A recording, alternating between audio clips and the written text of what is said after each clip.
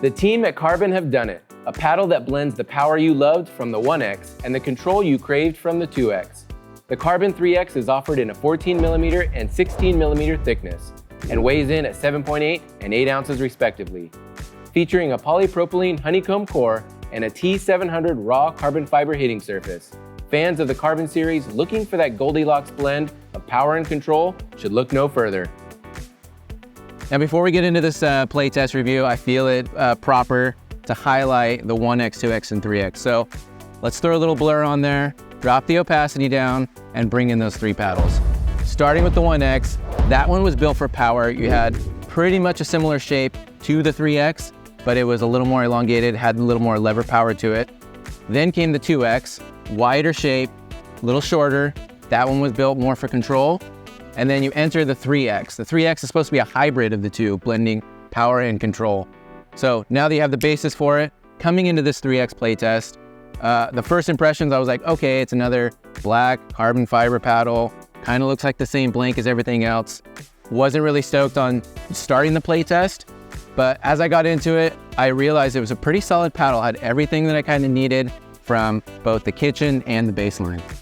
Maybe I have too high expectations for Carbon paddles, but they are among my favorite paddles to play with. I feel every one that I've played with has been extremely obedient and predictable, which is exactly what I want out of a paddle.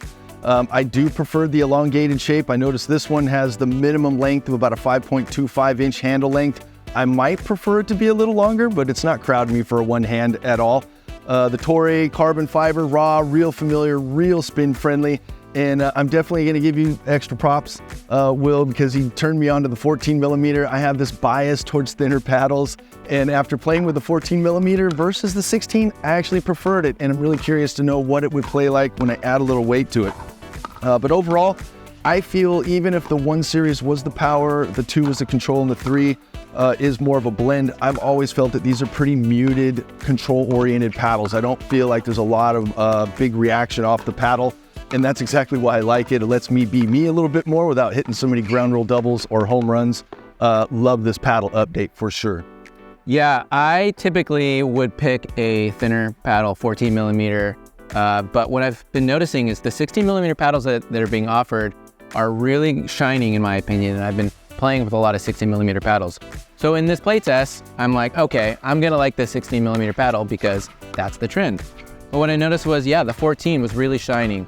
It had that power that I needed from both the baseline and the kitchen, but I wasn't sacrificing a lot of control. I didn't feel like I was hitting balls out or not getting the control I needed. It was a really good blend of the two. So I don't know what the construction is inside of the paddle, but I feel like they did a really good job with the 14 over the 16. Yeah, it's a little surprise to me. There's a little weight disparity. I know they're averaging about 8 ounces, but I think our 14 was 7.8 and the one we were testing was the 16 was maybe 8.2. So that was a little bit of a surprise to me. I usually go for the heavier paddle, which again is why I'm curious of what this 14mm would play and feel like with just a little aftermarket weight added to it. Yeah, you're right. 7.8 for the 14 and 8.2 for the 16. So there's a 0.4 ounce weight, difference there. So you would think it'd be a big difference, but it's very subtle in my opinion between the two. I just think the 14 does a better job at covering all areas of the court. So if you're the type of player that's generating a good amount of power on your own, unlike myself, you're probably gonna find a good supply from the 16mm. I just needed a little extra from the 14. I totally understand. I think you're very modest. I thought you played great with either paddle. I am in agreement. I like the extra dwell time with the 16. I just felt like the balance, maybe something about the 14 really just struck my curiosity. So again, I'm gonna test this one out with a little extra weight. This is a paddle I would seriously consider making a switch to. Last thing I wanna say is spin. You mentioned it earlier. This paddle has tons of spin. There's really no areas of improvement there. It's gonna give you what you need spin-wise. I would agree. I'll add one last thing in there. I know I've been kind of working on a different serve. This paddle really allows me to execute that serve where a lot of the other paddle surfaces are just not gripping the ball and rotating it the way I want. I don't know if I'm gonna pull that one out today in practice, but it is definitely something this paddle affords me and most other paddles do not. If you wanna know anything about this Carbon paddle or anything else pickleball related, be sure to visit totalpickleball.com.